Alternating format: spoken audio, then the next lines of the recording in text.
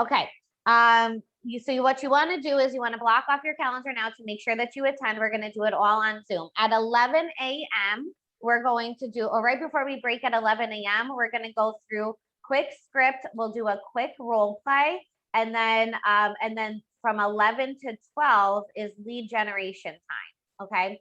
So I will remain in the room and we will do active lead generation. We can also do question and answer. If you guys have questions and answer, want some answers to some questions you might have, you want to pick my brain about some things, we'll have an open forum from 11 to 12 to do some lead generation. But what the goal of Ignite is, it's to work on building your database. We're going to talk a lot about that today. It's also practicing scripts. You're going to get into the mode of contacting people and understanding some easy ways that you can start to explain to people that know, like, and trust you that you're selling real estate now. With the ultimate goal being that at the end of this 9 sessions, you will have set yourself at least one appointment. Although I know all of you can do more than one. The goal is to get you at least your first client if you haven't gotten your first client. If you already have your first client, it's to get you at least one more client. Okay, Dan, can you switch to the next slide, please? Yep. Okay, so you're gonna want to have your a paper and a notebook prepared. Actually, before we get into this slide, Dan, can you just show them the folder that we have? So all of the Ignite materials are going to be held in a Google Drive folder, and it should have been shared with you this morning by Erin. And so if you go into student, so the folder is called Ignite 2.0 Spark and Elementals. We are going through the Spark sessions. So inside of the Spark in the student, if you just click on that, Dan, you will have your workbooks. Okay, so there's 9 workbooks in here, and you can use these, follow along. You can print them out. If you're like me, I printed them all and put them in a spiral bound notebook so they could take notes on it. Some people are more technologically savvy than me, and you can probably take notes right on the document or keep a notebook handy by your side to keep notes. You'll definitely want to take notes. There's a number of pages where you have fill in the blanks in your instructor, in your student handbook. So this is where you're going to access all of those materials. And if you need any help with this, you can message Dan and he can assist. All right, Dan, back to the PowerPoint. All right, so everyone on this screen has a different reason as to why they became a real estate agent, right? And everyone's story looks a little bit different.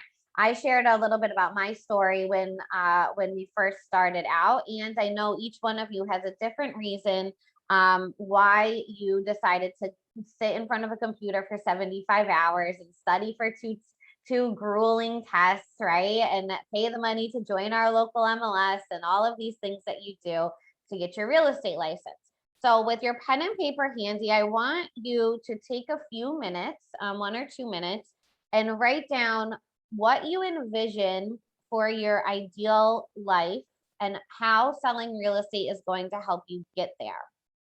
What are you going to do with the money that you'll make from selling real estate to help the people that you care about? What charities would you support? How would you make the lives of yourself and everyone around you better? Dan, can you just share in the group the link to the resources? Just, and can you upload the Yeah, I can do it. I'll do it. Let me do it. I will do it. Yep. So everybody take a minute and write that down.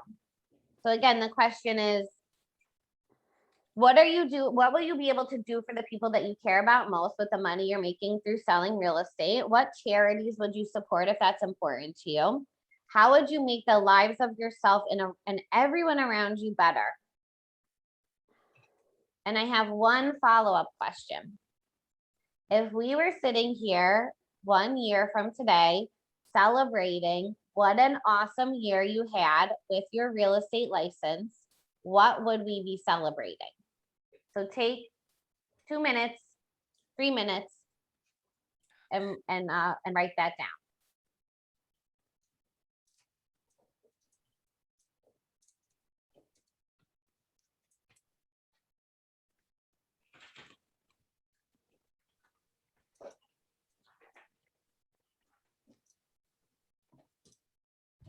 I put the mega link, the mega account link up there. What else do you want to put in there?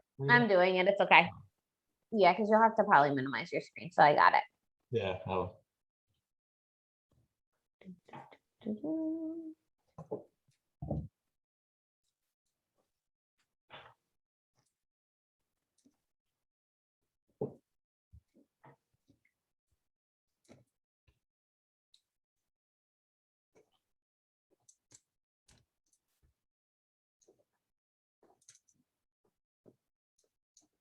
Okay, I just uploaded the student workbook for Ignite so that everyone has it.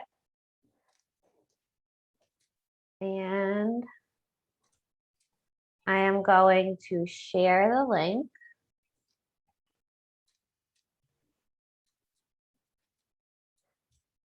To the folder that has the rest of the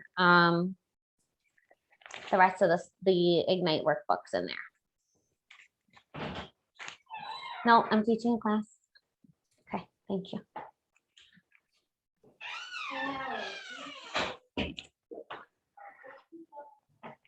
Okay, does everyone have something written down?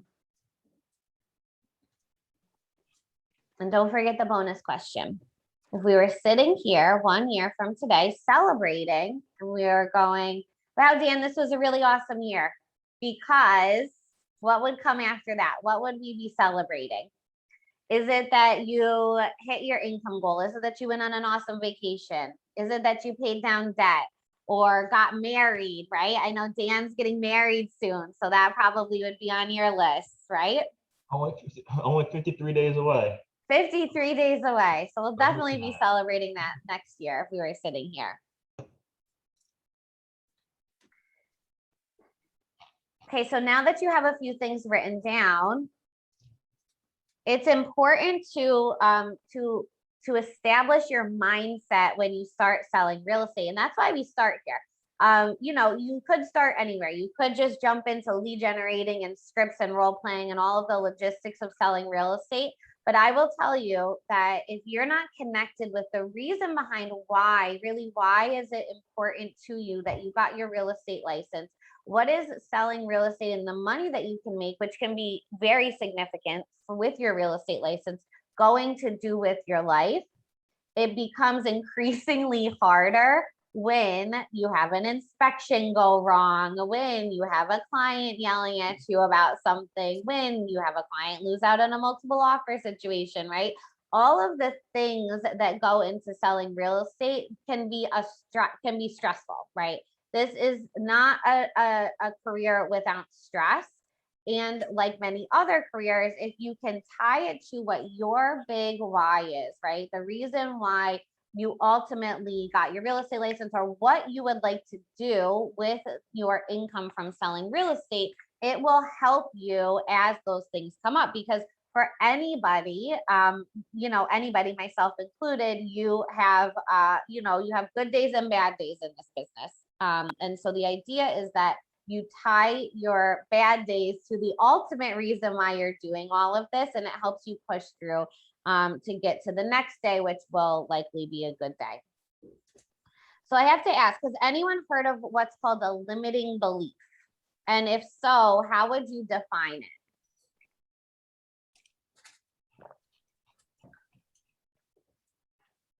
A limiting belief. Not believing in yourself, that you can't do it, you Sure. won't make it, Yes. Yep. you won't That's be great. successful. Yeah. Yep. Anything else anyone else wants to add in? Cutting yourself short. In other words, don't giving yourself enough of confidence, or just believing in yourself, you know, that Yeah. you can do it, you know. Yeah. I believe that you can make a lot of money. Okay, so that you can't make a lot of money, is that what you said? That could be a limiting belief? Yeah, I think Yeah. so. Yeah, absolutely. 100%. And I see Justin put in this chat, believing your abilities are capped at a certain level. Yes, yes, that's great. Yes, those are all examples of limiting beliefs. They're ways of thinking that will hold you back from success, right? And we all have limiting beliefs at different points in our career. And there can be a lot of limiting beliefs when you're a newly licensed agent, and maybe you're looking at the top producers in the office and thinking, wow, how did they build that? Or I would never be able to build a book of business like they did, right? Or you know, if I called my friends and family and told them I sold real estate and asked them who they knew that was looking to buy, sell, or invest, it wouldn't go well. They wouldn't be interested in hearing from me, right? There are a lot of limiting beliefs that we hear each day in selling real estate. And I'm always I always think of this quote, and it's by Henry Ford, and it says, if you think you can do a thing or think you can't do a thing, you're right. Right? Whether you think you can or you think you can't, you're right. And what Henry Ford knew was that his mindset was one of the factors that determined his success. And the same thing is true for real estate agents. Your mindset is one of the factors that determines your success. So as we go through Ignite, look for ways you might be limiting your own success and remove those barriers that you might be putting in your own way, right? Connect to your goals. Why is it important that you're doing this? What is it about getting out of your comfort zone? I guarantee if you follow along with Ignite, there will come a time where one of us is asking you to do something that the thought of might make you want to vomit, or say, I'm never doing that, or saying, no way, that's not me. I don't do, fill in the blank. I would encourage you all, when that time comes, because it will, that you take a step, a second, right? And reflect on that and maybe think about, okay, what is it about doing X that is really making me nervous? What is the worst case outcome that could happen? And is that actually going to happen, right? And what is the likelihood? And if it does happen, what happens next after that, right? So for example, in a little bit, we're gonna get into talking to people that you know about buying or selling real estate. And I hear from agents all the time that they're nervous about calling people to ask them. They don't want to feel salesy. I don't know if anybody on this call has that feeling. Like they want to be in sales, right? This is a sales business, and yet they don't want their friends and family to feel like they're trying to sell them on something. Justin can relate. Yes, yeah, I can too. I've been there. And so when you have those feelings of, okay, I don't want to be salesy and I don't want to bother somebody, right? Can we stop for a second and say, if Justin was my best friend and Justin called me and said, or Justin, I'm your best friend. We're best friends now. So I'm your best friend, Justin, and I call you and I say, Justin, I'm so excited. I just got a new job. Would you say to me, why are you calling me with this? I don't care. How dare you call and tell me that you just got a new job and bother me with that? I probably not, right? What would your first instinct be if your best friend called you and, or somebody that you knew that you like and that you trust, doesn't have to be a best friend, somebody that you know, like, and trust called you and said, hey, I just got a new job. You would be like, wow, congratulations. That's so exciting. Tell me all about it, right? And I think I would question their friendship if they didn't respond that way. Exactly, right. And so I think a lot of times we jump to the conclusion that people are going to feel a certain way, that when we reverse it, it might not even be true, right? So if your best friend calls you and says, hey, I got a new job, and you're like, great, tell me all about it. And you're saying, I got my real estate license and I'm so excited because X, Y, and Z. And I just took this awesome class today and I learned blah, blah, blah, blah, blah. And, here's some stats that I'll give you later and a little bit of a script to use. Would that make it maybe taking and I'm not saying Justin has this limiting belief, but I'm sure that there's some people on the call, myself included, when I was newly licensed, that had that same limiting belief around calling people, talking to people, explaining that I was a real estate agent. And so as these things come up, as we're going through the course, that's the key, is to really isolate it, right? And you can even send a message to the instructor, a private message to the instructor. You can reach out to me independently, call or email or text me and say, hey, I heard this in class today, and I have to be honest, I'm really unsure if I really want to do it. I'm worried about doing it because of X, Y, and Z. And let's see, I guarantee between myself, the instructor, what your productivity coach, if you're in productivity coaching, that we can help you work through that limiting belief and get to the other side of it, right? I know when you're just starting off selling real estate, there's a lot of things that push you outside of your comfort zone. It continues as you're growing a real estate business, right? Or you've been selling real estate for a long time and the industry might be changing in different ways, right? That might push you outside of your comfort zone. We might be asking you to do things in a way that is not natural for you or the way that you're used to doing things. As this is coming up, right? I think the first step is to really acknowledge that it's happening, review why you're here, why you're selling real estate, and then go to a coach, a consultant, or somebody and talk to them about it. And I guarantee that we can help you work through it. Okay, Deanne, bring us to the next slide. Okay, so this is one of my favorite slides. There are two separate categories of things that agents do, successful agents will do every single day. So if you have the packet printed out or you're writing on it on the computer or you are just taking notes, we're going to start with the grow side of the business. Okay. And I want you to put a star next to the number one thing. Your number one job as a real estate agent is to lead generate for buyers and sellers. None of the other activities will ever come to fruition if you're not lead generating, right? Because if you're not lead generating and finding clients, you don't need listing presentations and you don't need to market listings because you're not going to have any listings.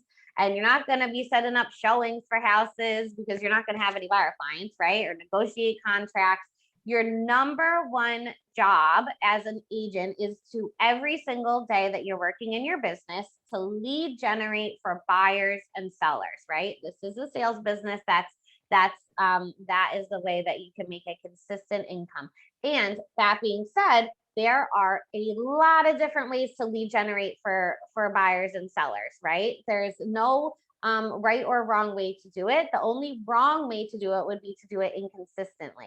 And as we go on through Ignite, we are going to cover a wide range of ways that you can easily lead generate for home buyers and sellers. Okay, so on the grow side of your business, you also will be you'll be making seller listing presentations to get listings, right? That's super important. You'll be making buyer presentations so that you can get buyer listings or buyer contracts essentially.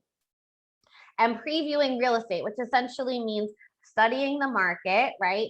Home buyers and sellers hire us because we are the experts in our field, right? And so they want to know that we know what's going on in the market. So previewing real estate, and I'll give you some tips on how to do that in a couple upcoming slides.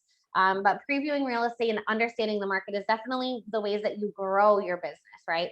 Now, conversely, there are the activities that you're going to do that will run your real estate business. So the run side of the run your real estate business is what keeps the wheels on the bus, right? It's the logistics behind lead generating, going on appointments, previewing real estate. So that might look like marketing seller listings. I will give you a tip. If you don't ever want to lead generate for buyers, don't just go out and lead generate for listings and then market your listings well, and you will have all the buyer leads in the world that you will ever need. You don't ever have to pay a dime to anybody for buyer leads if you just go out and take more listings. Listings bring buyers. That's the key in this business, is that listings bring buyers. Listings give you market share. They give you something to market, right? And so when you're talking about what consumers are interested in seeing, what type of marketing consumers respond to, it is almost exclusively listings that are actively for sale on the market, coming soon, and open houses, and things that have just sold are to some interest to sellers usually, and sometimes buyers. Okay. When you take a listing, the studies show that you can get 4 to the closing table 4 times with it. So if you take one listing, you can get paid 4 times. versus when you take one buyer listing, you get paid once, right? You usually don't get paid again until maybe 8 or 10 years down the line when they want to buy or sell. So you take a listing in this market, the odds are you're going to sell that listing, right? So that's one commission side. There's also a very strong chance if you're running a database and you have people that you're following up with, and you have buyer clients in the area, that you could even secure a buyer for the property, right? So then that's your second commission. The other two come from marketing your seller listings for more listings. I teach a class on all different ways to market listings. The class is also uploaded on our YouTube channel. We have a Hudson Valley Group YouTube channel that has tons of classes from the past that we have taught. Marketing your seller listings is one that I taught, and I show you how to use the command system to do that. So I always stop and kind of focus on this one, because taking listings and the marketing listings well for buyers could be your whole book of business, right? The other thing that you'll do to run your business is you'll show buyers houses. You'll negotiate contracts for them, transaction management, right, from the contract to close. That might be something that you do, although more than likely what a lot of you will be using is our concierge services in the office. And if you're not using the concierge services yet, I would encourage you to look into it. The concierge services in the office will run your transaction management for you. They'll do all the boring paperwork so that you're focused on the growing part of your business. You might also focus on vendor management. You'll certainly be setting goals for yourself and tracking your goals. There's the boring compliance and risk management side of selling real estate, right? Attending training and getting coaching. All of you guys can check that off your list because you're already doing it right now, right? You're in this training. And then managing money. That looks like having a budget, right? Having a budget that you are looking at and consulting with before you're investing money into your real estate business. If you need assistance setting up a budget, consult your nearest productivity coach. That is what they are here to help you guys do. Okay, so when we look at these two columns, we split it up this way because there's two separate types of activities that you're going to do every day: the grow business and the run business. What you will hear a lot here at Keller Williams is about the 80, you'll hear something, it's called the 80-20 principle, okay? And so the 80-20 principle says that 80% of your results are going to come from 20% of the activities that you do daily. So there's a scientist, it's also called the Pareto principle. There was a scientist back in Italy in like the 1800s who was doing a study, and he noticed that this big cornfield that he had, 80% of the corn stalks that made it to market, meaning that were good enough for him to sell, came from only 20% of his crops. And then he started looking and he started seeing this pattern in other areas, right? 80% of the wealth in his country in Italy at the time was held by 20% of the people in the country. And this goes on and on and on and on. And so this 80-20 principle, you'll hear a lot as you start to take trainings with Keller Williams, and you might hear us calling your 20% activities your big rock activities, right? These are the activities that if you do them consistently are going to lead to 80% worth of your income. And so if we're looking at these two sides, which side would you say is your 20% and which side would you say is your 80%?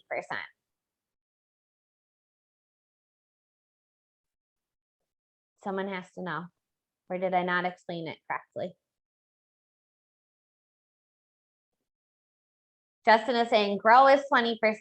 Yes, exactly, right? So your 20% activities, your big rock activities, are to grow your business, to lead generate for buyers and sellers, to make seller listing presentations and get listings, to make buyer presentations and get buyer listings, and to preview real estate. If that is what you want to spend the majority of your day doing, those are your big rock activities. And then 80%, your 80% activities is everything else that goes into running a successful real estate business. Although your priority should always be on your big rocks, 20%. Okay, Dan, bring us to the next slide. Okay, so an overview of our agenda for today, now that we've gotten a lot of stuff out of the way. So today we are going to go over what is Spark. That's where we are now. That's what we just went over, right? So the reason why we put in what is your 20% and what is your 80% activities in as one of the first slides before we even go into the agenda is because we want everybody to go into a mindset of you're here to learn how to make money, right? So a lot of the things that we're going to cover throughout Ignite are going to be ways that you can run your business successfully. It doesn't necessarily mean that we're not going to cover the 80% activities, the transaction management stuff, the other things that go into selling real estate, but it's not going to be our focus. Because what we know is that when you focus on your 20% activities, the income will come quickly. So we are here. We're going to go through talking about your sphere of influence, and we're going to do an exercise so you can calculate how many people you actually know, which might come as a surprise for everybody. We're going to go over some tools that are going to be essential to you running a successful real estate business. And then we're going to prepare for success, where we're going to set the tone for what we're going to cover in all of the upcoming sessions. We'll do a recap and some ahas. And then at the end, we will go into a little script and role play and question and answer session. Okay, Dan. All right, this says this slide contains a video. Do you see that? Is this the video? Oh, fade in. Do you see a video to click? No. Do you see a video to click? No. Negative. Okay, so pretend I'm Gary Keller. I'm Gary Keller. I wish I was Gary Keller. I'm Gary Keller. This is essentially what the video says. Welcome to Ignite. Rita just told you everything that you need to know to take the class and have it be a success. I hope you'll join us for all 9 sessions and gear up that at the end of this, you are going to understand a lot of what it takes to sell real estate at a high level. Okay, and he did that in 90 seconds and I did it in like 15. So I'm not going to say who did it better or worse, but I'm just going to move on to the next slide. So go ahead, Dan, move to the next slide. Okay, and so this is also what Gary Keller says. So nothing else about your business will have as big of an impact on it as the number of leads that you have.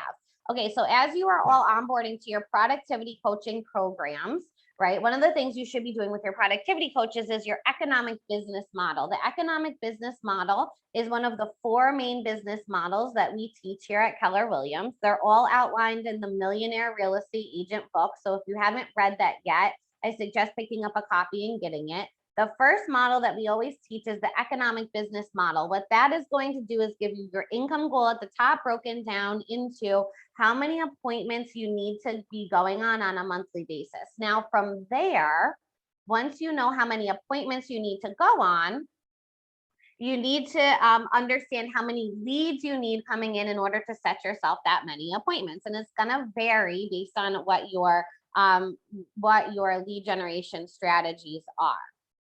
Okay, so wait, Dan, go back to the last slide.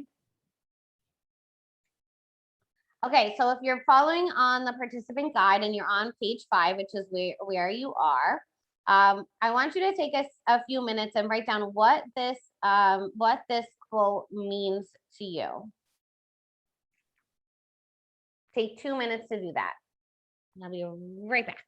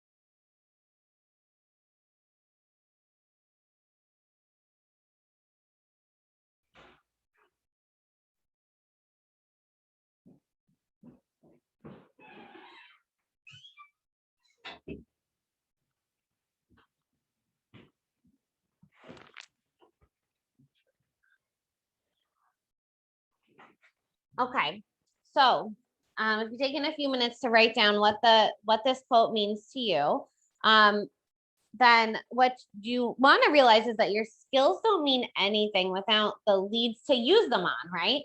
The whole idea is that you have warm people that you can talk to that potentially are looking to buy or sell real estate. And the good thing about our industry is that everyone needs some place to live, right?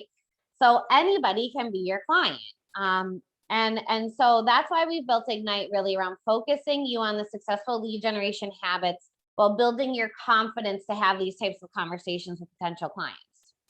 Okay, Dan, now you can switch to the next tab.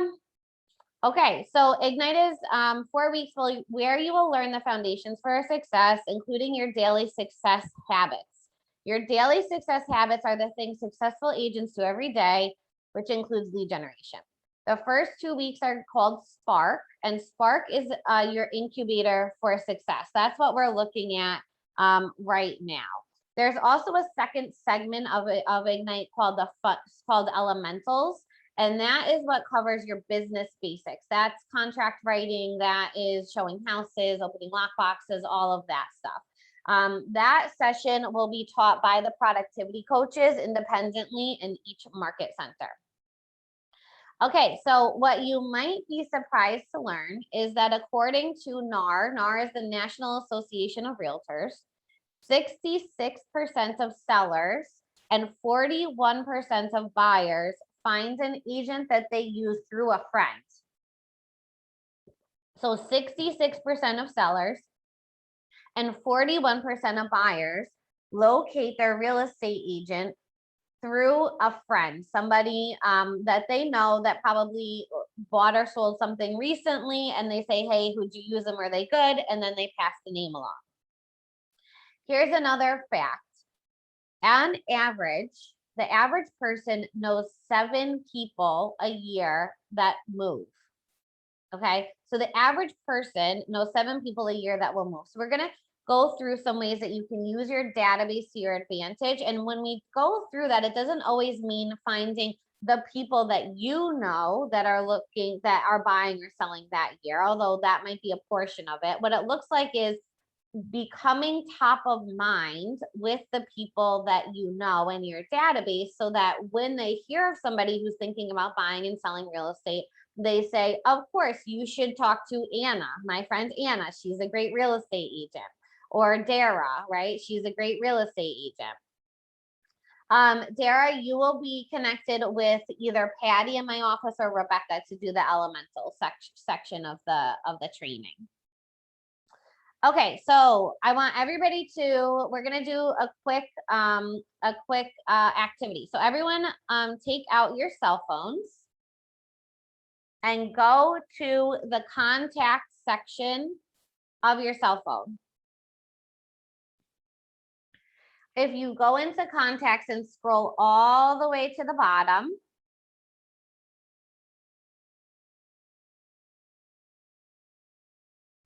you should get a number at the bottom, which will tell you how many contacts are in your phone. Justin has almost 3,000 contacts in his phone. Wow, that's amazing. Okay.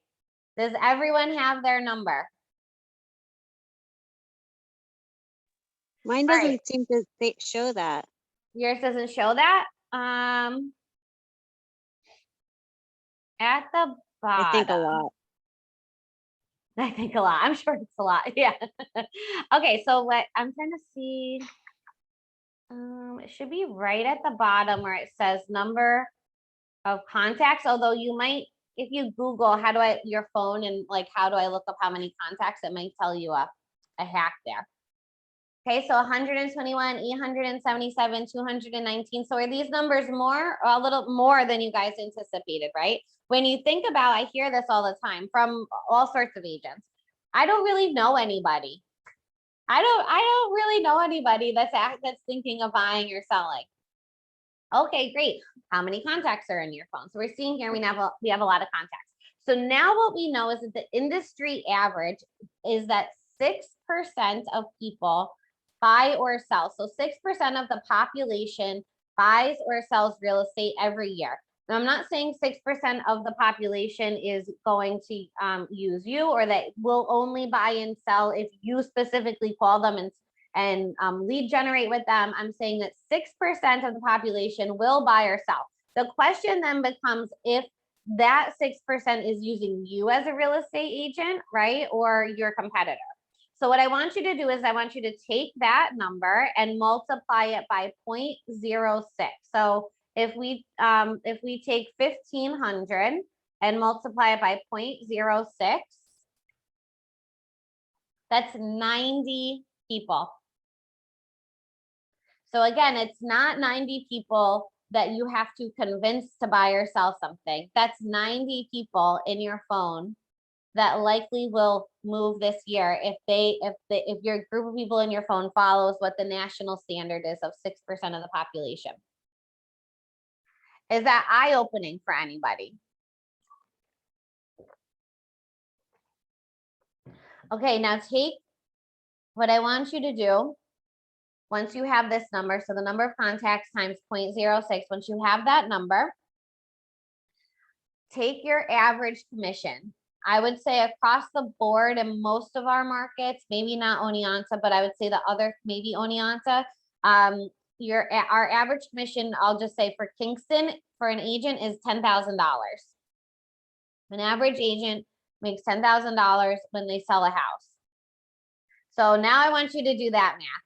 So if you had 90 people, your 1,500 person database, and a 6% of them are going to move, that would give you 90. And on average, you're making $10,000. That is $900,000. And again, it's not $900,000 that you have to make yourself. It is $900,000 worth of commissions sitting in your cell phone, potentially. Now, the question becomes, are you the agent that gets that $900,000 or a large piece of it? Or is another agent going to be the agent that gets a large portion of it? And so when we talk about lead generation, it's not just lead generation, it's also lead follow-up. So what we know is true is that the first step to running a successful real estate business is to have a database of people, right? Which you all have it in your phone. The next step is to get that database of people into a system. We have a system for you. It's called Command, and we're going to go through exactly how to do this. And like as we keep going in the class today. And then the next key is with those people for you to become top of mind with them whenever they think of real estate. So this is one of the most basic principles of selling real estate. Your database is going to determine the amount of money you make in this business. The bigger the database you have, the more money you will make. Now, it's not just enough to take the names and plunk them into your database and not do anything with them, right? You have to follow up with them, right? And so we have systems baked into our tech that will help you do this automatically, that we'll go over. And it might involve also talking to people face to face and nurturing relationships with people so that you are top of mind when they think of real estate. Most consumers only interview one person. 70+% of home buyers and sellers will only interview one realtor before making a decision as to whom they're going to use. Another, I think it's 10% of people will interview two. Or no, I think it was 16% will interview two. That means 80% of consumers who are looking to buy or sell something will talk to at most 2 real estate agents before making a decision as to whom they're going to use. And so the key with this business is to be one of those 2, to be number 1 and or 2 moving into the number 1 spot. And so you're going to do this by automated follow-up. And we're going to show you how to do all of that coming up. Okay, so Dan, move to the next slide. Before I do that, any ahas, questions, comments?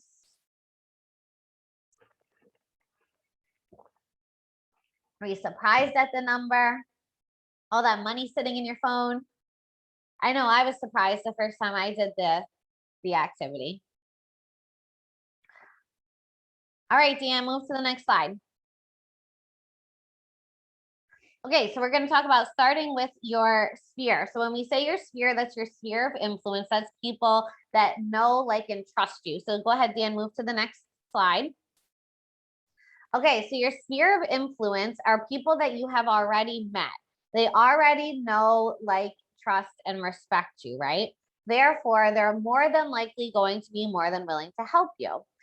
Because after all, people do business with people that they know, like, and trust. Yes, Justin, you're 100% right. It seems like a lot of real estate is marketing yourself. Absolutely. Yep, it's marketing yourself. It's talking to people, right? Putting yourself out there. So the contacts in your phone, like we just looked at, they're a good place to look for people in your sphere. And so here's the question. Would you prefer to do business with people that you know, trust, and respect? Is it fair to say that the people that you put into your phone, you put into there because at some point you've had some type of conversation with them, and to some extent you know them, you like them, maybe you trust them and you respect them? And so there, again, there are a lot of different ways to sell real estate. You can say, you know what, I don't really want to talk to anybody that I know, not into it, and I would rather do cold calls. And that is absolutely okay when cold calling is allowed, right? You could say, you know what, I want to do a mixture of everything, and that's absolutely okay. And what I will say is that the majority of agents, when they're just starting off in their business, their first couple clients come from the people that they know that are transacting real estate to some extent. And then they use that to snowball their business. And so what I want you to do is take a minute or two and write down who you know that is going through a life change. And is it possible that they could use your help? Because remember, real estate is sales, of course it is. It is also a service industry, right? You're also serving your clients. You're providing a service, a very needed service, by the way, to home buyers and sellers in the market. So take a minute and write down who you know that maybe just got engaged or just got married. Maybe it's Dan, because he's getting married in 50, how many days? 56? 53? 53 days. Maybe Dan will need a realtor. I definitely will. See? We already found one. Okay, so who do you know that just got engaged, just got married, maybe had kids that just graduated from college and flew the coop? Maybe just announced that they're expecting, or they're expecting another child, right? Have you heard of any of your friends who have just gotten recently promoted at their job, or got a new job, or are relocating for a job, or just got told that their job is remote forever and they can move to Oneonta if they'd like to and work at their New York City job? They can stay at they can buy a second home, but actually make it a primary home now, right? So take a minute or two and write that down. I guarantee that you know some people in your world that are going through some type of change.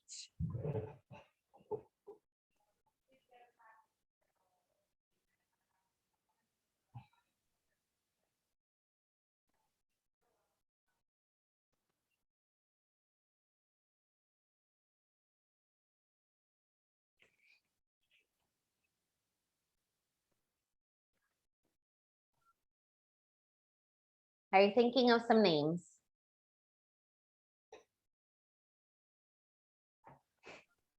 Some people you might not consider.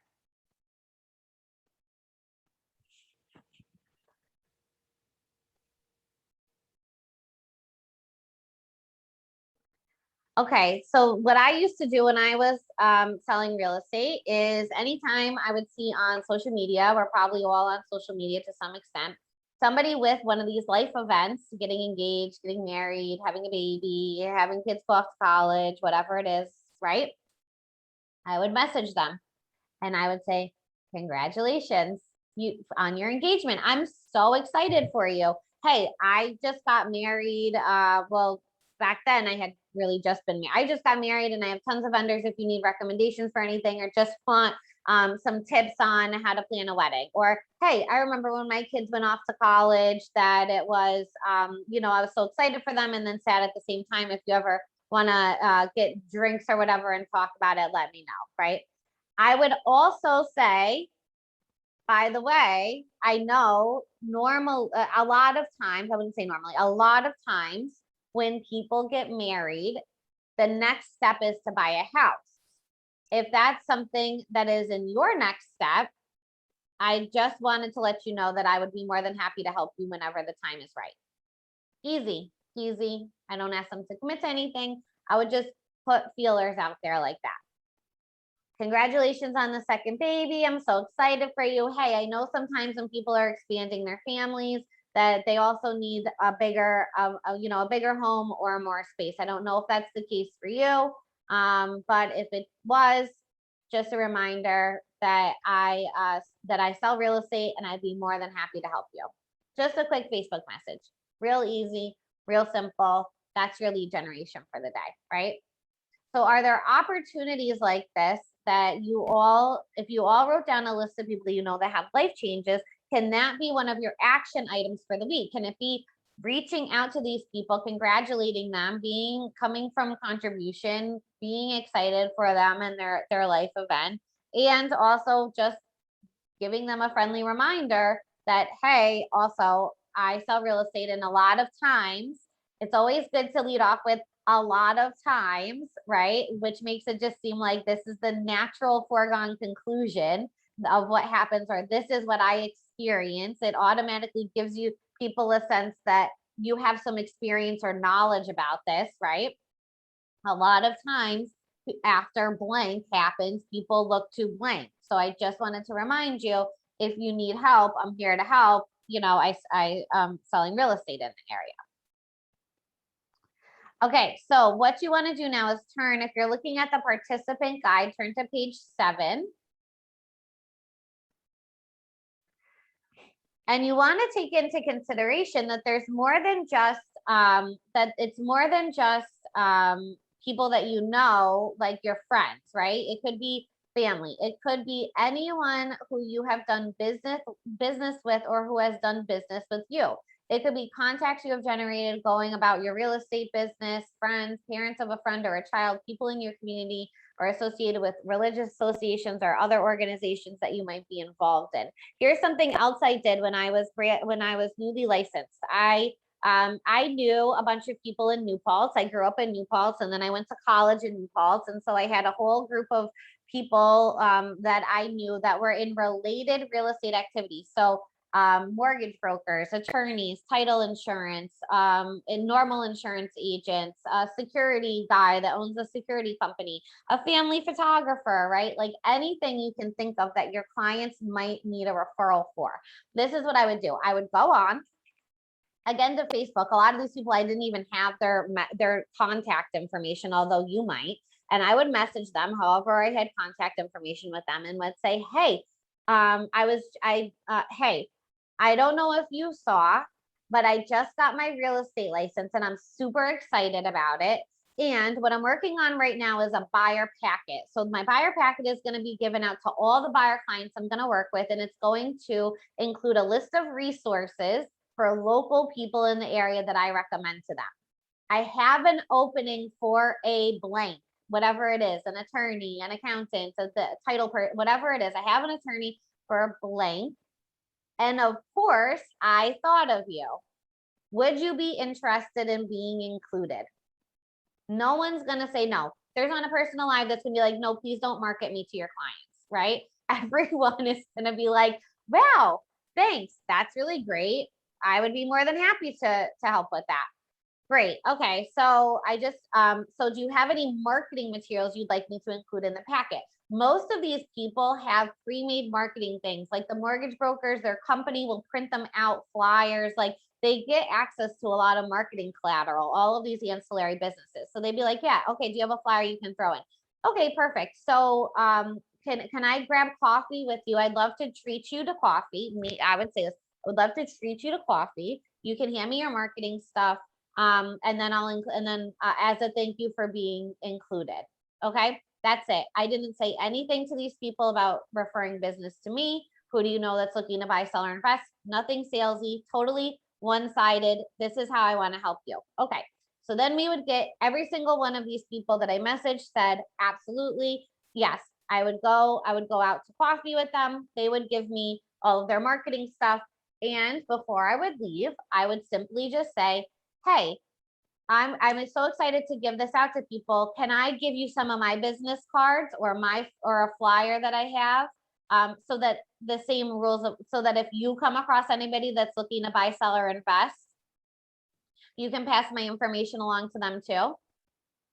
There isn't a person alive that's gonna go, no, here, take my marketing stuff and go market yourself. But I'm not gonna market you back, right? No, there's not a person alive that's gonna do that. So now you have the chance to give your business cards out, right? And you create a working relationship.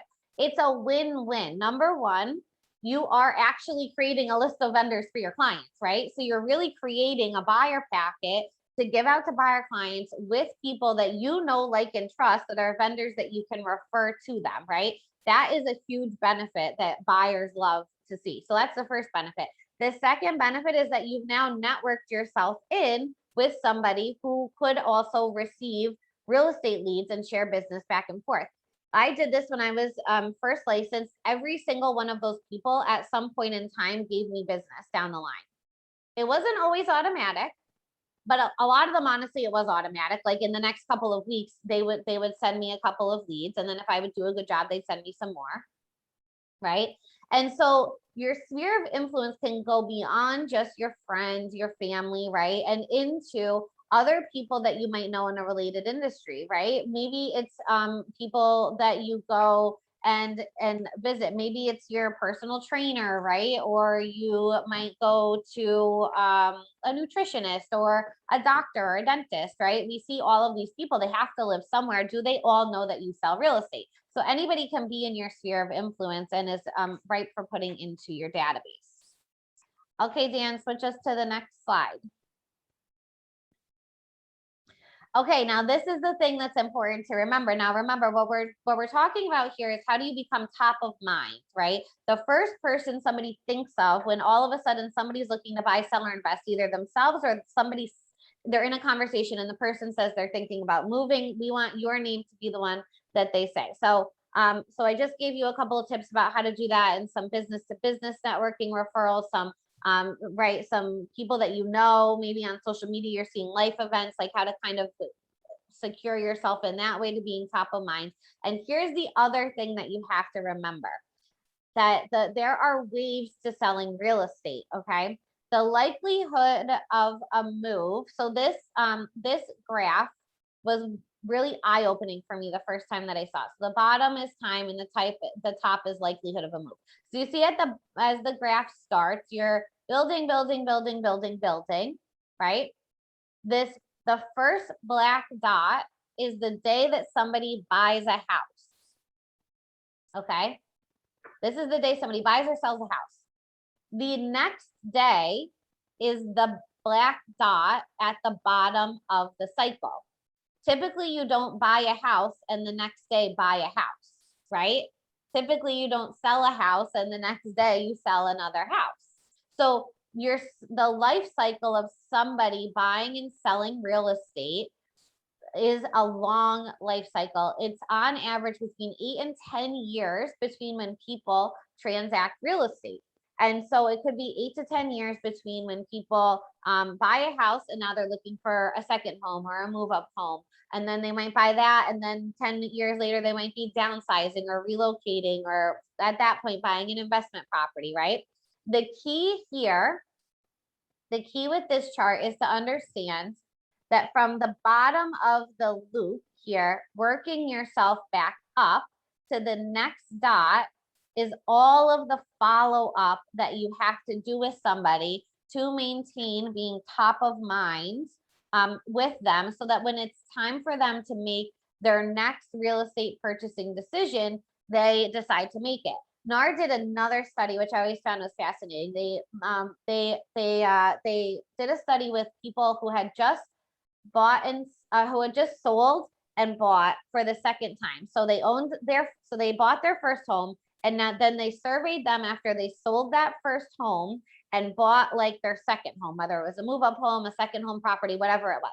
And they said to them, would you have used the same realtor you used to buy your first home? The vast majority, like 80+% of the consumers said, yeah, absolutely. I had a great experience with that real estate agent when I bought my first home 8 years ago. It was great, no red flags, it was all good. And then they said to them, okay, great. So did you use them? And I think it was 6% said yes. So 80% of the people would have used the realtor that they used the first time that they bought a home, and yet only 6% of them actually did. And so who has some ideas about why those numbers came out that way?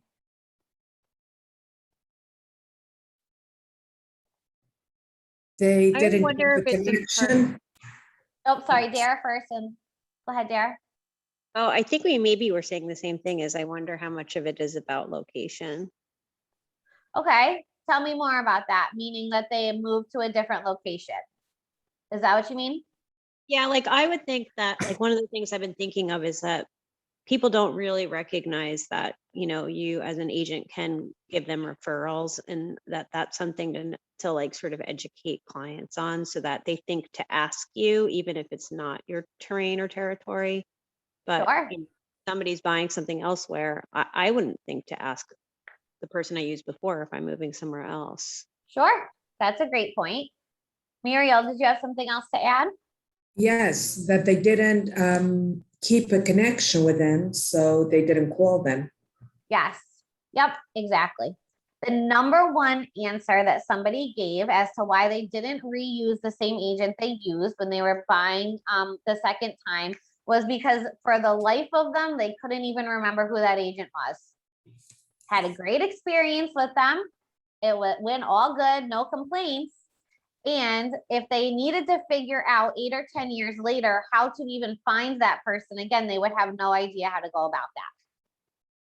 So what does that tell us? That tells us that the follow-up system for your past clients has to be pretty automated, number one, right? Because the likelihood that you're going to remember on a quarterly or a monthly basis every single month or quarter for 10 years to follow up with your past clients is very slim, right? And so we see that. So you have to be pretty automated. And you have to be aware that each one of these years, while these people are working their way up to their next purchase opportunity, each one of these years, they might know 7 people that are also buying or selling. And that goes to exactly what Dara was saying about getting referrals from them, right? So how many times, for those of you that have been selling real estate for a while, how many times are you getting referrals from your past clients, right? How many times are you getting repeat business from people that you've helped that have come back and have said, hey, all right, it's time to sell the house and move. Can you help me do that? So that is really when we're talking about building your database, right? So the overarching theme here is that we're talking about all different ways to build your database. So sometimes it's going to look like talking to people that know, like, and trust you, right? Reminding them that you sell real estate, catching up with them when they have a life event that might incur them buying or selling. It could look like finding vendor sponsors and business to business networking with people. And as you start to have some past clients, it's also going to look like continuously providing value and following up with the people that are in your database, so that as they ebb and flow through this buying process, they think of you every time. You're top of mind with them. So just keep in mind that there is going to be, once you guys all have a ton of deals under your belt and a bunch of past clients, there is going to be a ton of opportunity to get future business from those people. Just simply by following a system and keeping them and following up with them in a timely manner, so that you're top of mind with them as they want to buy or sell real estate. Okay, Dan, go to the next slide. So you might be thinking now, Okay, that all sounds great. I get it in concept, right? And that all seems good to me. And yet it makes me really nervous to call people. I don't like talking on the phone. It makes me nervous because I'm not sure exactly what to say. And I don't want to come off salesy to the people, right? But Rita makes a great point in that I have to talk to people and I got to follow up, and I got to get them in my database somehow.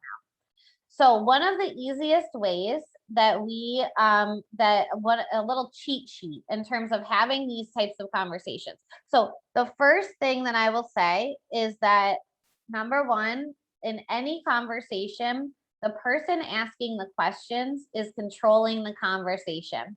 So if you are anybody who feels hesitant about networking or being in social situations where you have to talk a lot, or just making these types of phone calls to people to start to build your database or to talk to people, just keep in mind that the person asking the questions is going to control the conversation. So if you're the person asking the questions, let the questions do all of the heavy lifting of the conversation. And then all you're really doing is listening to the other person talk and getting into relationship with them.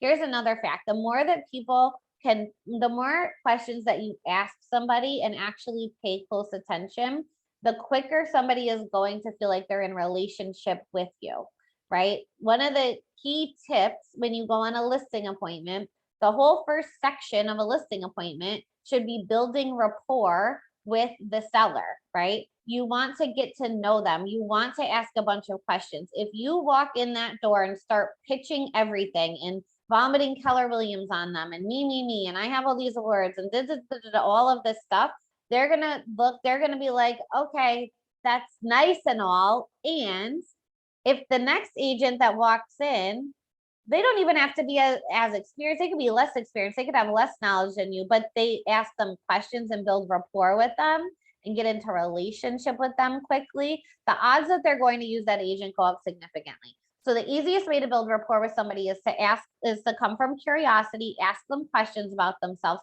take some notes, right, about it so that you have some information that you can refer back to.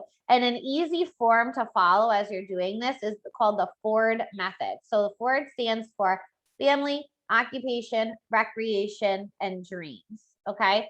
So a simple conversation can flow just as easy as this. So Dan, will you role play with me? Of course. Okay, great. Ring ring. Hello, who's this? Hi, Dan. It's Rita Gildersleeve with Keller Williams. How are you? I'm doing well. How are you, Rita? Good. Hey, I just saw, I don't know how I'm just catching up on this now, but I just saw that you recently got engaged and are very close to getting married. Congratulations. Yes, thank you. Only 53 days away. Oh my gosh, 53 days. That is really exciting. And where are you getting married? Down in Warren, New Jersey. Nice. Oh, very nice. I love that. I'm super excited for you. September is such a nice time to get married because the weather is usually hopefully beautiful. That's what Are you I going to hope. be able to take some time off from work? Are you still working down at the KW office in New City? Yes, I am still working at the KW office. We will have to wait on the honeymoon because my fiance will be mid-semester at school. So we will be waiting on that part, but everything else is going according as planned. Nice. Well, that's good. Well, I hope they gave you a little time off anyway around the wedding, even if you're not going on your honeymoon right away. I don't know if they know that yet, but I will be taking time off. I think I know your boss, Liz. I'm pretty sure I could twist her arm if she. I'd appreciate that. Okay, so talking about your honeymoon, did you have your honeymoon planned yet, or not? Not really. We're going to go into Jamaica for 10 days. Oh, amazing! That's really exciting. I've never been to Jamaica, but I've heard nothing but good things about it. So let me ask you a question. After the honeymoon, after the wedding, are you guys going to be returning to your dream home? Well, it's not my dream home, it's my parents' basement, but we will be looking for our dream home. Oh, no way. All right, that's really great. And are you planning on staying local in the area? We're planning on moving down south to the North Carolina area. Oh, really? Oh, that is so exciting. So you're planning on moving down to North Carolina. That is, that's amazing. And so, hey, I don't know if you saw on Facebook, as I was Facebook stalking you and noticing you got engaged. You might have noticed that I just got my real estate license, which is really exciting. I'm super excited with my partnership with KW. And I know that we do have agents down in North Carolina. I'm pretty sure Keller Williams has a pretty big presence down in North Carolina. So whenever the time is right, if you'd like, what I'd love to do is be able to vet realtors for you so you don't have to worry about it. And I can help you find somebody to help you with your move down there. How does that sound? That sounds absolutely amazing. It will relieve a ton of stress on me. That's awesome. Okay, great. Yeah, I'd be more than happy to help. I help clients do that all the time. Okay, no worries, Dan. Hey, if you hear of anybody that's thinking of buying or selling between now and the next time we chat, feel free to pass my information along with them. And I'll check in with you after the wedding and see when the right time is for me to make a connection with the North Carolina agent. Does that sound okay? That sounds perfect. Thank you so much. Really appreciate it. Awesome. Thanks, Dan. Okay, what do we think? Was that easy? Was that, Dan, did you feel like I was selling you? No, not at all. That was actually very laid back and easy and relieved all my stress. Right. So we identified a way that we could be of service, right? That I could be of service with Dan. I didn't say, oh, he's moving to North Carolina, so forget about him. He's not gonna buy or sell something up here, right? We figured out what the opportunity was to help him. And now what am I doing? So he mentioned 54, 53 days. So what am I gonna do next? Well, next I'm gonna go and I'm gonna make sure Dan is a contact in my command, right? And I'm gonna add into the notes section our conversation. Dan's getting married in 53 days. He's not taking a honeymoon right away, but then he's going to Jamaica for 10 days later in the year because his soon-to-be wife is still in the middle of her semester. He's living in the parents' basement right now. Maybe the parents are going to want to sell the house once they finally get Dan out of there. And he's going to want a referral for an agent in North Carolina, right? So I add all of that into the notes. And then what happens next? Then I go into the tasks and I create a task for myself. And the task might be, well, first I'm going to calculate whatever day 53 days is from here, right? So what is that? What day is that, Dan? October 2nd. October 2nd. Okay, so I'm going to calculate October 2nd, and then I'm not going to call him on October 3rd because that's a little pushy, but I'll probably call him maybe October 10th, right? Like a week after the wedding. I will set up a task for myself so that on October 10th, when I log into command and my tasks are all right there, it's going to say call Dan, and I'm going to click on it and it's going to give me all the information about the phone call, right? And then I'm going to make a follow-up phone call to Dan and say, hi, how I saw the pictures on Facebook. The wedding looked beautiful. Oh my gosh, the blah, blah, blah, blah, blah. Looked like it was a lovely day.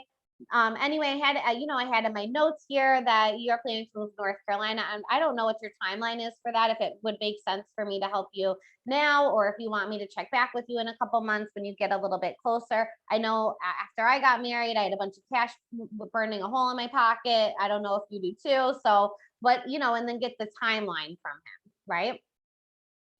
This is the easiest way to do things with anybody that you know, right? So if you wrote down a few names before people that,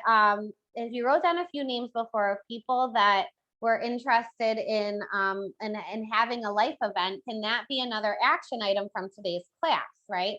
Can you call them and use the Ford method? And so you'll notice I didn't just spit fire out questions to him. I just followed this sequence. So I asked about how he got engaged. That led into, occupation. Are you still working at the job? Are they giving you some time off, right? Recreation, he's getting married. It's easy to ask somebody about where they're honeymooning from, right? And then dreams. The easiest way to get to the dream section is to say, let me ask you, this is a question I ask all the time. Are you currently living in your dream home? I'm always curious. Most of the time it's no. Okay, great. What does your dream home look like? Is that something that you're actually looking to make a reality, right? And then always just a reminder, you probably already know, but I'll just say it again. I'm a real estate agent and I work all throughout whatever areas you work throughout. If you know of anybody looking to buy, sell, or invest, would you mind giving my contact information out to them? It could be as simple as that, rinse and repeat each day, and you've completed your lead generation. Okay, Dan, move to the next slide. Okay, any questions, comments, ahas? I do have a question. Okay. Whenever I do that, I feel like I'm interrogating the person. I don't feel like I feel like I have to go through all the 4 steps, and I don't feel like the conversation ends up flowing. Okay. Did you feel like when I was role playing it, did you feel like I was interrogating them, or did you feel like the conversation was flowing? I did feel was sort of interrogating. I don't know, maybe Okay. that's just, No, that's fair. So if you had it's to take, definitely one of my limiting beliefs, Okay. 100%, but yeah. So is there a way that you could, so if you had somebody that was getting engaged or that just got engaged in the same idea, and you wanted to call and congratulate them, how would, or you say you just got engaged, how would you want the phone call to go if somebody was calling you?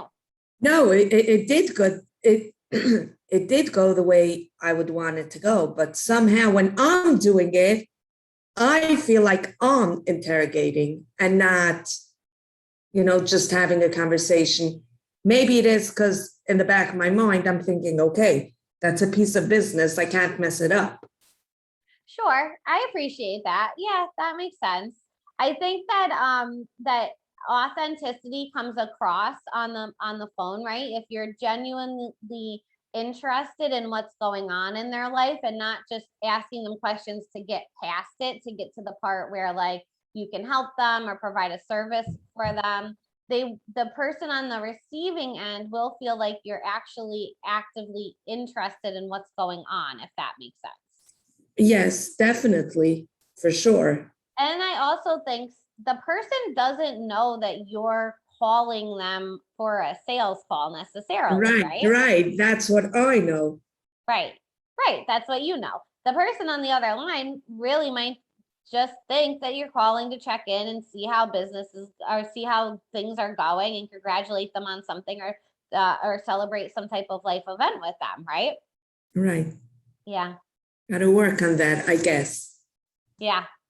You might practice it, right? Any of these, the key to all of this is practice, right? And so if there's somebody in the office that that or you can go with Meralda and maybe script and role play the practice with her, practice making the phone calls, or practice with like your sister or your best friend or somebody that you could say to, listen, I took this class. They told me about this method. I don't want to come off sales. I want to do it, and I don't want to come off pushy. Would you mind just working through the conversation and give me your honest feedback, on the call, and let me know if there's something, if the way that I'm approaching it is right, right? Yeah, great idea. Got to do Awesome. that. Yes. Awesome. All right, any other ahas, questions, comments, concerns? Are we learning some things? Oh, Anna, you're on mute. Okay, hi. Hi. All right, I just had a question though, like, all right, you know him, but what about like when it's somebody, it's just a lead, it's a name and a telephone number. Now, hi, I'm Anna from, you know what I'm saying? That's where I find a little difficulty, like Sure. get I don't want to turn them off and I don't want to come on as, oh, hi, I know you. Do you know what I'm trying to say? Like, in other Sure. words, there's a certain flow you have to try to establish with a stranger. Yes. Nothing about, Yeah. So No, are you going absolutely. to cover that? Like, in other words, Yeah. give an Yep. example. Oh, okay. Yep. So it's a good question. So the Ford method is really good for people in your sphere of influence, right? People that you know that are your name's gonna pop up when you call them, right? If it's a cold lead, you have to, it would depend on the script will definitely be different, right? The Ford method doesn't always work as well with the cold lead. And it will depend on where the lead came in from. So if they're a lead, say you ran a Facebook ad through command for a house you have listed, and you get a bunch of leads into the system and they have a name and a phone number. and say that it's 123 Main Street is the property. That would probably be a little bit more business up front. And then you still do want to build rapport with the person though during the conversation. So that might look like, hi Anna, it's Rita Gildersleeve, Keller Williams. You just clicked on my ad for 123 Main Street. I just wanted to call and see if you were interested in, if you had any questions on the property, or if you were looking to schedule a showing. That's what I would always say with buyer. It wasn't like, it was one of two options. Like, do you have questions, or were you looking to schedule a showing? Like, pick one, right? And then it's usually going to be, oh, I want to see the house. Can you be there in 5 minutes? I haven't been pre-qualified yet, and all the other stuff you hear from buyers. Okay, so you want to see the property. That's awesome. Are you working with are you currently working with a real estate agent? No, I'm not working with a real estate agent. Okay, no problem. How long have you been, are you only looking for homes in New Paltz, right? Or Oneonta, or wherever the lead came in from? What was it about this house that attracted you to it? Excellent. Were there any other homes in the area that you saw that you might also be interested in seeing, or was it really just this one that caught your eye? Okay, great. How long have you been looking for a home? Excellent. Here's another good question. If this is a home that you decide you want to purchase, will you be paying cash or will you be financing the property? It's an easier question than have you been pre-approved for a mortgage? We don't want to assume, we don't know. There's a lot of cash flying around, right? And some people need a mortgage and they also don't want to be, it's just an easier way to put it. So if this is the home that you want to buy, will you be paying cash for the property, or will you be securing or will you need to obtain a mortgage? Oh, great. You're obtaining a mortgage. Excellent. Have you been pre-approved? Oh, not yet. Okay, no problem. So the sellers require that only pre-approved buyers are allowed access to the property. Do you have a mortgage broker you are going to go with, or would you like me to email you a list of my preferred vendors? Okay, great, whatever it is. Excellent. I'd be more than happy to schedule a showing for you, once you're pre-approved. In the meantime, if you want to share with me a little bit about what you're looking for in a home, I would be more than happy to set you up on an automatic search that's going to send you other similar properties, so that by the time you have your pre-approval in hand, we might have 2 or 3 or 4 that we can go and look at. To really see if we can narrow down and find you the house that you're looking for. And then you can go through the stuff. So it's a little bit more straight to business than the other information. Thank you. Yeah. Any other questions? Yes, how would you go about calling someone that's a really, it's a cold lead and it's not a cold calling?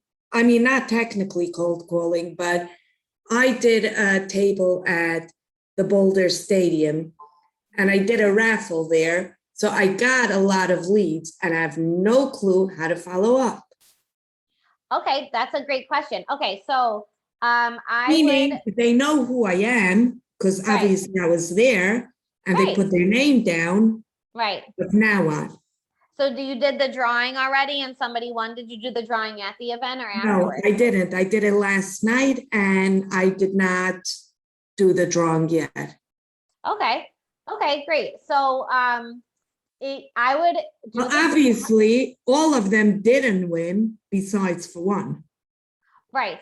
So for the one that won, that's kind of self-explanatory, right? That phone conversation. Right, For the ones right. that didn't win, it might look like, oh, hi, it's Muriel again. You entered your information to win. Unfortunately, we did the drawing. You were not the winner of the gift card, unfortunately. But I do have these events coming up soon where I do have events coming up soon that are X, Y, and Z, where we'll be doing more drawings. That could be one. Another option might be, although you didn't win the prize, I do have a free offer for you.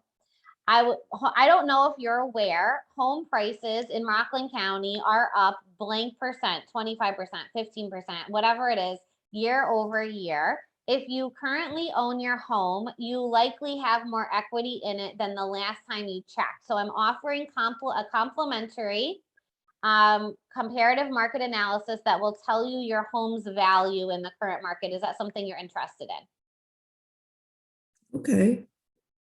Easy peasy. What if they answer, I don't own my home? Oh, okay, no problem. Hey, did you also know that interest rates right now are at historic lows?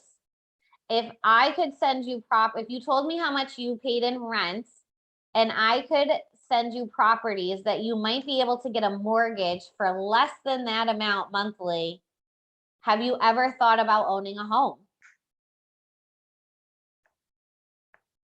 Okay, Might be a great. good, right? That might be a good angle to take. Yes, definitely. Okay, good. Was that helpful? Very. Good. Awesome. Okay, cool. All right, Dan, bring us to the next slide. All right, so all these circles and boxes you will see a lot here at Keller Williams, and they this is really our vision for our technology. So our vision for Keller Williams is to be the real estate company of choice for agents and their customers. One of the ways that we're doing that is by making everything easier for both you as an agent, right, and your clients too. So if you already use a Google product, right, you're all going to use the Google Drive to get into the Drive documents, to get into the Ignite documents, right? You might have email on your phone or different things that you use. We also already talked about the need to follow up with somebody for a long time when they have a buying or selling instance. The next thing is going to be much farther in the distance. Is going to be much farther in the distance, and there's a need for you to be able to follow up with them consistently time after time so that you remain top of mind for them. So the purpose of the cloud, right, our cloud system, that's what Command is, it's a cloud system, is to make it easy to get and store your information across multiple systems or devices. A cloud makes your experience easy and seamless no matter what you're trying to do. So the Keller Cloud in here, the goal is to ultimately make you be a virtual agent, right? Be able to provide your customer with a virtual consumer experience. That is done through the app and your personally branded website, right? And ultimately, we're looking at building out a virtual market center. Although don't be concerned, we're always going to have physical locations that you can come in and work out of and do all of those things. And we understand that realtors in 2021 do want to be out in the world and working virtually as much as possible. And so our goal is always to run, just like we do, a seamless virtual market center experience. So the virtual agent looks like using Command. You can use the lead accelerator through Command to get leads in from your KW app and your KW website. So each one of you has your own personally branded app and your own personally branded website. That means when consumers are either using your app or using your website, anything that they click on, a question that they need to ask, they can schedule showings right from the app or the website. Anything that they click on will automatically bring them into your Command. Okay, so it's totally integrated with Command. And built into your Command system is a ton of follow-up systems. They're called smart plans.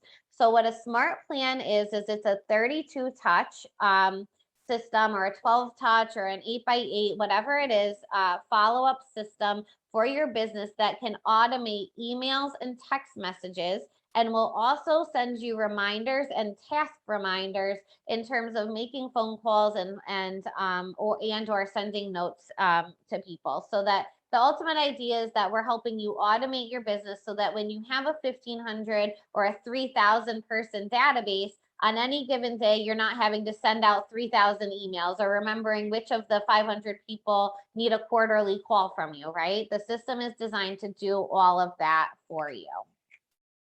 So Dan, go ahead and move to the next screen.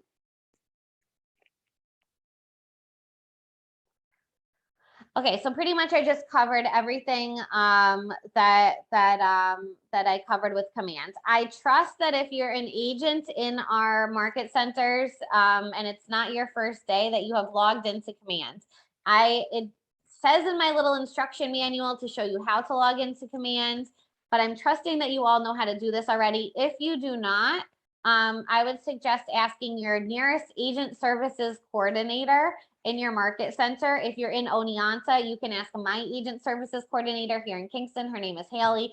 Their job really is to help you understand commands, connect, and use command to run your business. Okay, Dan, go to the next screen. And we just talked about this, so you can go right to the next screen. Okay, so your Ignite toolkit is going to have in it all sorts of great stuff as we start to wind down and wrap up the session for today. So the Ignite toolkit is a job aid. There's script books, there's buyer lead sheets, there's, okay, hold on one second.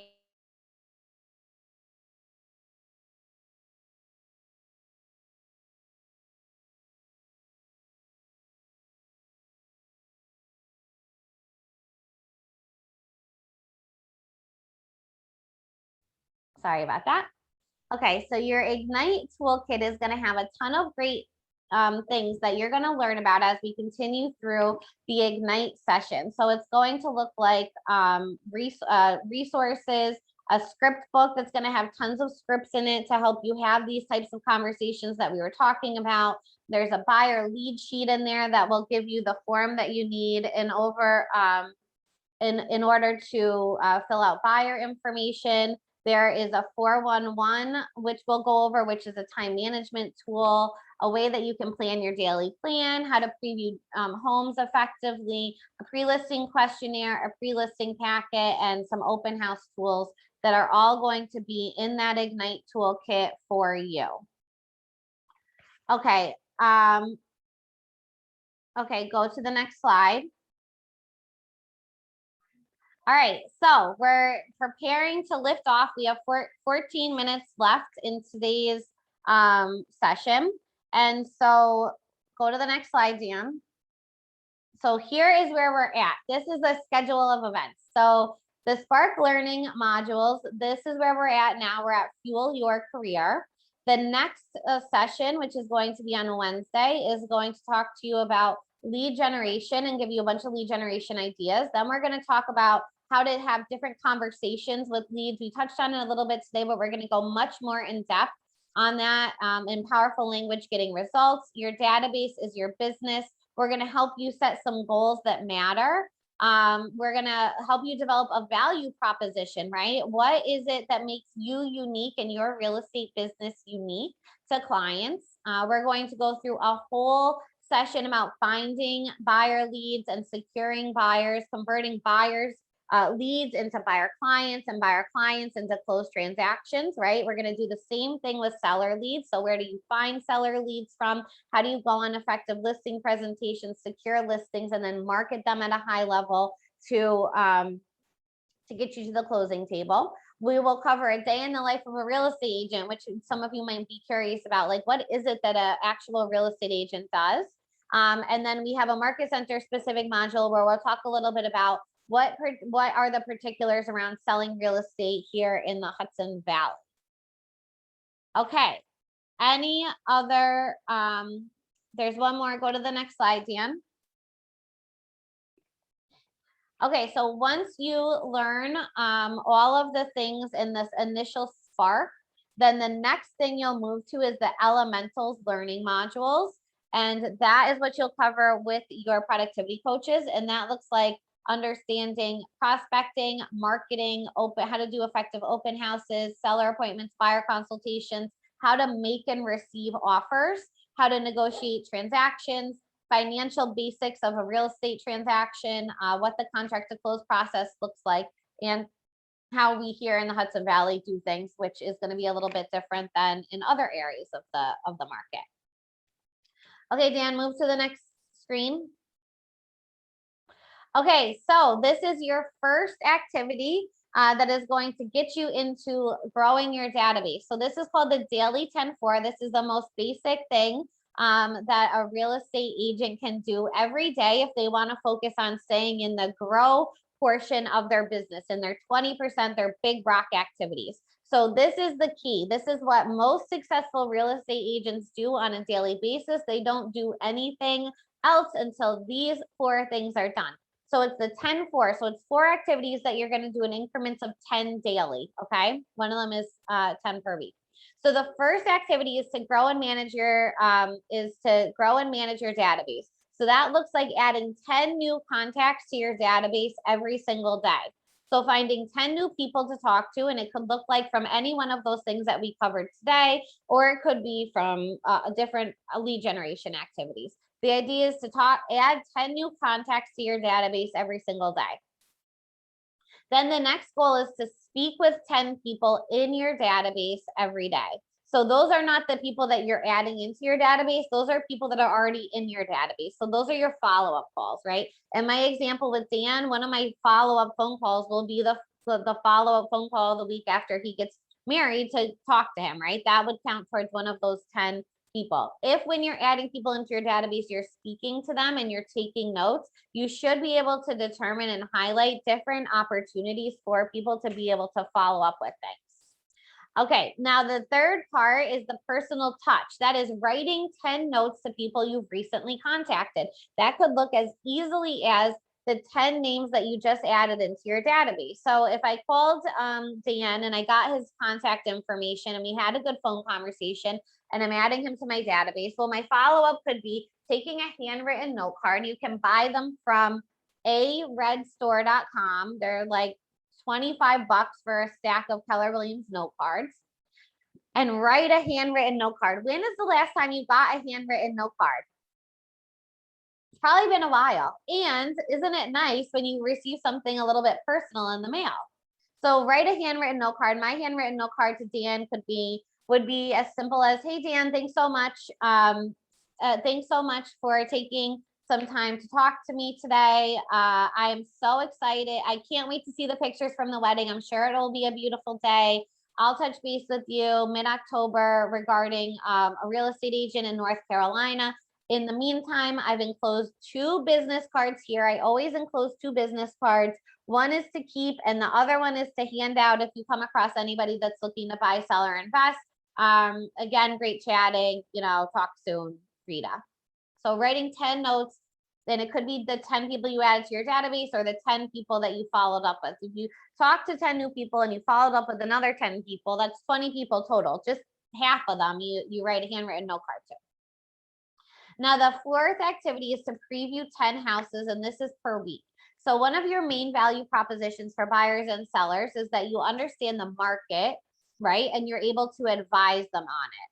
So you need to be able to preview 10 homes per week.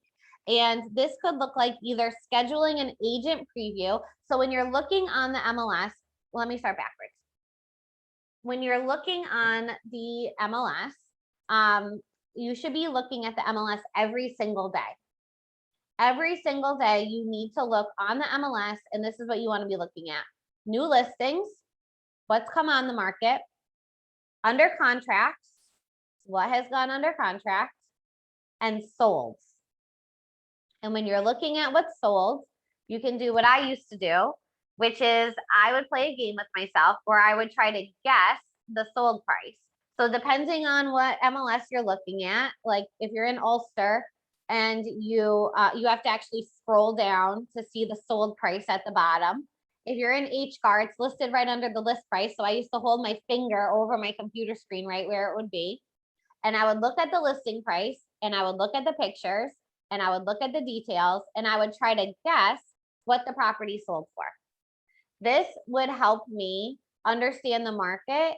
It would help me be able to analyze a property and what I thought was what was happening. It also helped me be able to, on the spot, this will happen when you're showing homes. You will have buyers who will say, okay, what do you think I should offer on the spot, right? This little activity of like gamifying it and trying to guess what the property sold for will get you into a good habit in terms of being able to analyze something and understand the market, how the market is moving around it. Okay, so you want to make sure that you're looking at the MLS every single day. You need to look at the MLS. If you don't know what houses are on the market, if you don't know what's going under contract and what's sold, you will lose clients, especially both clients, buyers and sellers. the truth of the matter is there's so much information out there for buyers and sellers, and typically they are keeping an eye on the market on average for 6 months before they will speak to a real estate agent. So that means for 6 months, somebody has been studying what's come on and off the market, what's sold, the sold prices. Somebody thinking about selling it knows what all their neighbors' houses came up for and sold for, right? And so when you get on those appointments with these clients, if they say something like, oh, I know, what did that house, I know the house 2 doors down sold, what did it sell for? And you have no clue what they're talking about, right? You go on a listing presentation and they say, oh, I know my neighbor sold their home for 685. And so I want to list my house for 700,000, and you don't know that the neighbor's house had a pool and granite and extra 5 acres that they don't have. Are you going to be able to really talk to them about the market, right? This is that's why we put it in your 20% activities, is to study the market. Now, the other thing that you can do as a real estate agent is you can preview homes. That looks like going to a home that in person and previewing it, doing an agent preview. You can schedule agent previews right through showing time if you use showing time. You just have to indicate instead of a showing that's an agent preview. That lets the agent and the seller know that you're not going there with a client, that you're going there to preview the property. Okay. And so the idea here with the Daily 10-4 is to preview 10 of those homes per week. This is also the other unintended benefit that I think is a big benefit, especially as a new agent. If you know what area you're going to be working in or that you have clients in, and you can go and preview the homes, the inventory on the market, it helps in a couple ways. Number one, as you're going into the MLS every day and looking at the houses, you will start to see if you were in the house and then it sells and you know the sold price, you can tie them both together. It makes it a little bit easier to understand the market and different things. Yes, previewing homes is fun. Well, it depends on the home that you're previewing. The nice houses, yeah. If you're previewing foreclosure, it's not, sometimes that's a different story. But yeah, so you go and you preview the home. So it's going to help you because if you're in the home, right, and then it sells and you see that it was listed at 500,000 and it sold for 525, and you were there, it will help you kind of conceptualize the next house you're in that's 500,000 that's in multiple offers to help your clients navigate that. Now, here's the other thing. As you start to pick up buyer clients and you're standing in a house and they're going, okay, so I like this house, but I want to see what else is out there. Or I know that there's a house down the street that is $20,000 less expensive, right? You can say, well, I was in that home. I was in the home down the street. And yes, you're right. It is $20,000 less expensive. And you don't have a pool, and you don't have granite, and you have less acreage, and it's on a busier part of the road, right? But starting off by, you don't want to say I showed the property, right? Because you definitely don't want to lead people to believe you were showing the property with the client. But you can say I've been in that house.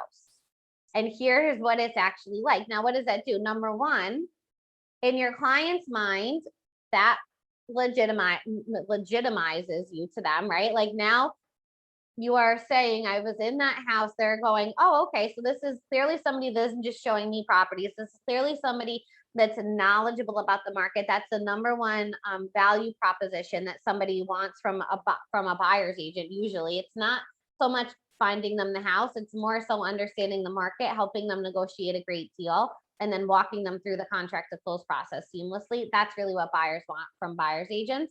And so understanding the market on that level will provide a high level of customer service that can lead to referrals and other great things moving forward. So you want to preview 10 homes per week. So if you did this every single day, I guarantee you will have more business than you know what to do with. So again, it's adding 10 new names into your database, following up with 10 names of people that are already in your database, writing 10 handwritten notes to people that you recently contacted, and then previewing 10 homes and studying the market every week. Okay, next slide, Dan.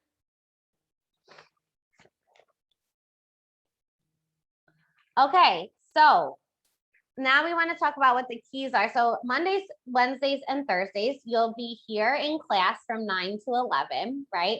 And then what we know is that even as a newly licensed agent, you can grow your business big right from the start. So what we recommend everybody do is block off from 9 to 12. That means that you'll be in the class from 9 to 11. And then from 11 to 12, you can go through your notes and the scripts that we've shared with you. And you can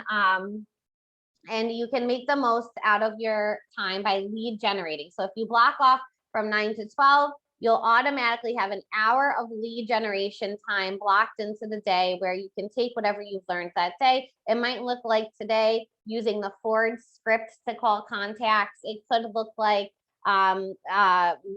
calling cold leads you might have had come into the system. It could look like today sending business contacts that you know those messages or making those phone calls about adding their contact information in to a buyer packet, right? Any of those things that we went over today, that is your active lead generation strategies for the day. You could pick something else if you want, but those are just some ideas in terms of what we covered today. Okay, who has questions, ahas? I wanna, if you're new to KW, at the end of most classes, we will do ahas. And so you'll share the one thing that you learned that maybe you didn't know working, starting the class. So we will wrap up as soon as we hear 3 ahas from the day. So who wants to go first? Can I ask where I can get a printout of the class schedule? Oh, the class schedule? No, the book you keep referring to. I'm gonna print it for you right now, Connie. I'll be at the printer. Thank you. Yep. Okay, who has an aha?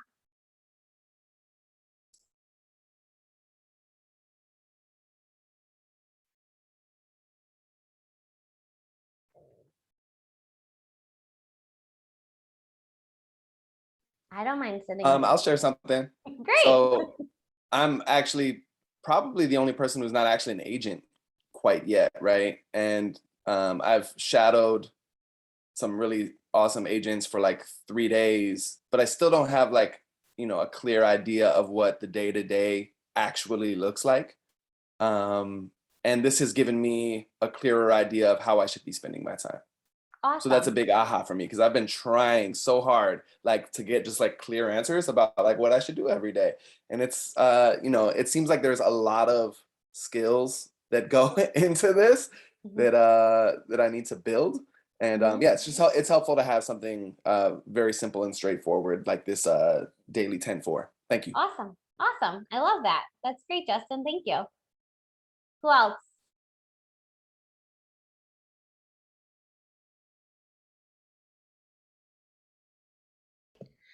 I have something to share. Great. I learned about the preview. I don't know, you could do that, go and Great. preview houses. So I'm pretty excited to do that. And I feel like I'll learn the market that way easier because I like to like see and be present more than like reading paper and stuff like that. Mhm. Thank you. Awesome. You're welcome. Great. That's perfect. Okay, one more. Who's gonna round out the day? I just was going to add something too. Yeah. With the preview was with the broker open houses, you know, to go, and then it's good to, that's another networking tool to meet other agents and to get some feedback on what they think about the house that you are all looking at. Yes. Yeah, absolutely. Thanks, Patty. Yeah, for sure. That's great.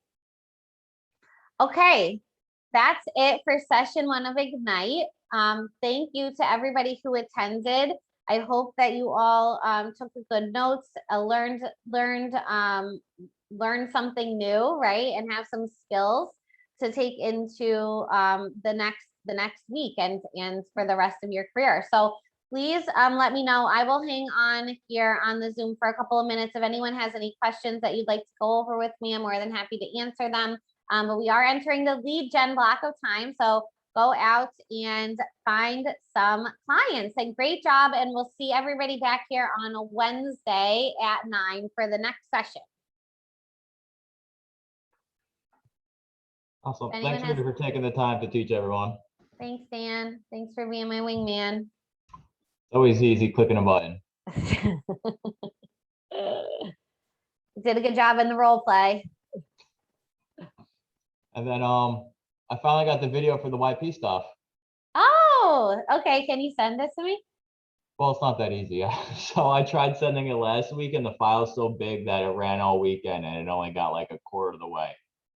So Oh I my am gonna have to gosh. figure that out, but I'll get it to you. I mean, he got Okay. it to me, so I'll be able to get it to you.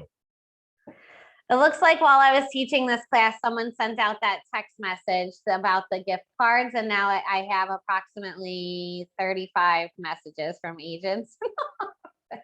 Okay. All right. Was Does it the anyone have spam any one? questions? Yeah. Does anyone have any questions that I can answer before I hop off and tell people not to go buy gift cards at Target? Oh, so some of you guys are new, so this will be helpful for you. There is a scam. They target anybody who is a manager, right? So they figure out who the manager is in different offices or the owner, like they've done this to Rosemary a million times, and you will get a text message that says something along the lines of, "Hi, Anna, I'm in a meeting right now and I can't talk. Let me know if you get my text." And the person says yes. And then they say, "Can you go out to Target and get me gift cards and scratch off the numbers? I need $500 and then come to the office and I will pay you back." Okay, this happens all the time. You're gonna get a million of these text messages. They'll say they're from Rosemary, they'll say they're from me, they'll say they're from the ALC. Every time, unconditionally, it is a scam. Do not ever buy. I will never ask you to spend any money except for on Mega Camp tickets. I will never ask you to go out and do this. Neither will Rosemary or anyone else. So I think we should just include this in like our new agent onboarding, I think, at this point. And it's not just KW, it's all the managers at a lot of the real estate offices go through this. So if you ever hear this, don't pay attention to it, just ignore it. It's not me. Well, they did it to me too, but I decided to play along. I'm like, Right. okay, I'm here in Target. I'm getting it. How are you getting it? How am I getting it to you? You'll bring Right. it to the office. Well, but I'm not close by to the office. You know Yeah. that. Like I was totally playing around and then they just Yeah, and then they stopped figure texting. out, I know. Yeah. Make sure you block the number after it. Yeah, they come with new numbers. Right. It also, that's the thing. I've had my same number since I was 16. So if it's not my phone number, it's not coming from me. It's not coming from me. Yeah. Yeah. Okay, take care. Thanks so much. Thanks. Awesome as usual. Thanks. All right. Any other questions? And if not, we'll wrap up. Everyone can go lead generate. Okay. Yeah. See you on Wednesday. Bye.